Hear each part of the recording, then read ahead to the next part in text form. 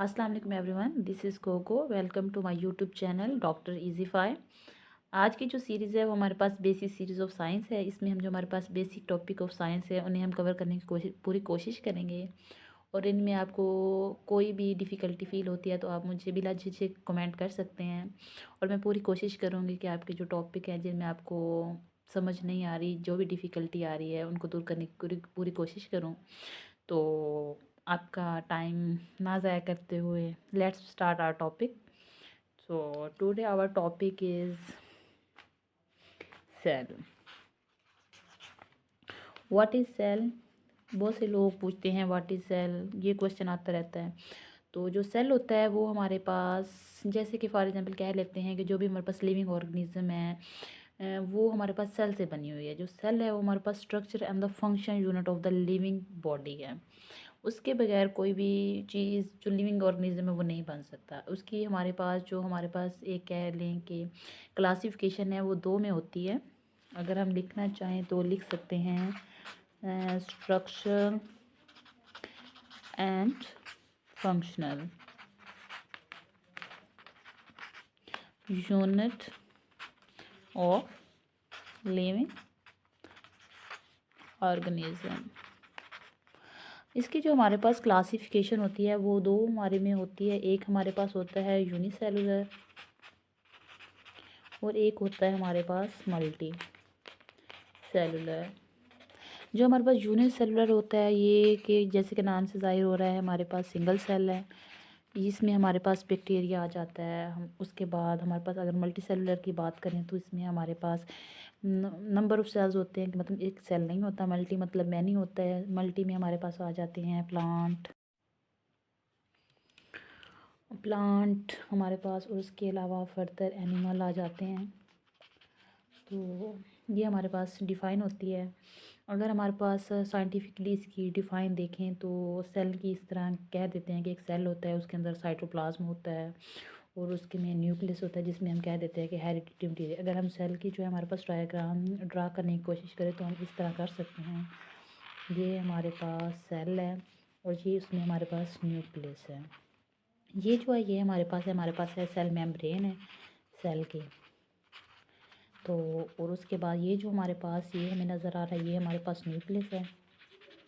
और ये जो यहाँ पे हमारे पास फ्लूइड लाइक स्ट्रक्चर होता है जिसे हम कह देते हैं कि ये हमारे पास साइटोप्लाज्म है। और इसकी जो हमारे पास अगर हम वो कह देते हैं कि हमारे पास सेल का जो स्ट्रक्चर है वो हमें बताएं तो हम इजीली बता सकते हैं कि जो सेल होता है वो हमारे पास तीन कंपोनेंट पे हमारे पास कंसिस्ट करता है: साइटोप्लाज्म, सेल मेम्ब्रेन और द न्यूक्लियस। और उसके बाद ये हमारे पास फर्दर क्लासिफिकेशन है, मॉडर्न क्लासिफिकेशन है, जिसमें हमारे पास आ जाते हैं प्रोकैरियोटिक होते हैं, प्रोकैरियोटिक सेल होते हैं और यूकैरियोटिक होते हैं। इसमें अक्सर लोगों को बहुत ज़्यादा परेशानी का सामना करना पड़ता है कि मतलब इनमें अगर डिफरेंस आ जाता है तो बहुत से लोग इसमें नहीं बता सकते कि ये हमारे पास क्या है। इतनी ज़्यादा ये टफ नहीं है। अगर हम सिंपली बात करने की कोशिश करें, जो हमारे पास प्रोकैरियोटिक होता है इसमें हमारे पास जो होता है वो न्यूक्लियस नहीं होता। हम देख लेते हैं नो न्यूक्लियस। और इसमें हमारे पास वेल डिफाइंड न्यूक्लियस होता है, वेल डिफाइंड न्यूक्लियस होता है, वेल डिफाइंड न्यूक्लियस होता है। और इसके बाद अगर हम बात करें कि और क्या होता है, ये हमारे पास जो प्रोकैरियोटिक होता है ये हमारे पास सिंगल सेल माइक्रो ऑर्गेनिज्म है, जैसा कि हमारे पास बैक्टीरिया हो गया। उस पर यूकैरियोटिक जो है ये हमारे पास, और उसके अलावा इन सेल्स में जो और डिफरेंस होता है वो इनके डायमीटर का होता है। और इसके अलावा भी बहुत सारे डिफरेंस होते हैं, वो मैं आपको नोट्स प्रोवाइड कर दूँगी, आप अगर देखना चाहें तो उसमें देख सकते हैं।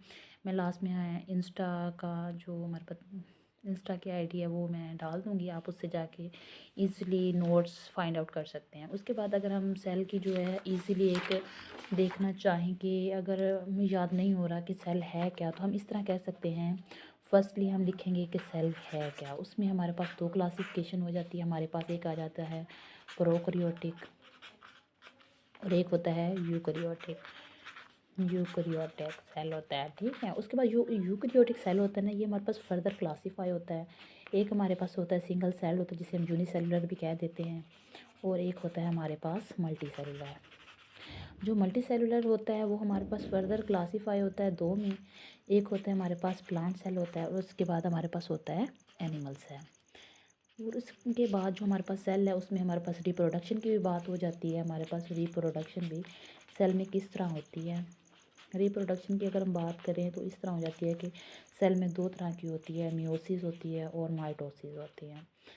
इनमें भी बहुत ज़्यादा डिफरेंस है माइटोसिस और मियोसिस में, जो कि हम नेक्स्ट जो टॉपिक है उसमें हम डिस्कवर करने की कोशिश करेंगे, क्योंकि एक लेक्चर में तो हम सबको डिस्कवर नहीं कर सकते। इसलिए मैं कोशिश कर सकती हूँ कि आपके जो भी टॉपिक हैं उन्हें हम कवर करने की कोशिश करें। इस लेक्चर में आपको कोई भी मुश्किल हो तो आप मुझे बता सकते हैं, ताकि हम ब्रीफली स्टडी करें। और भी बहुत सारे बेसिक टॉपिक हैं हमारे पास साइंस के, वो हम फर्दर नेक्स्ट लेक्चर में हम पढ़ने की पूरी कोशिश करेंगे।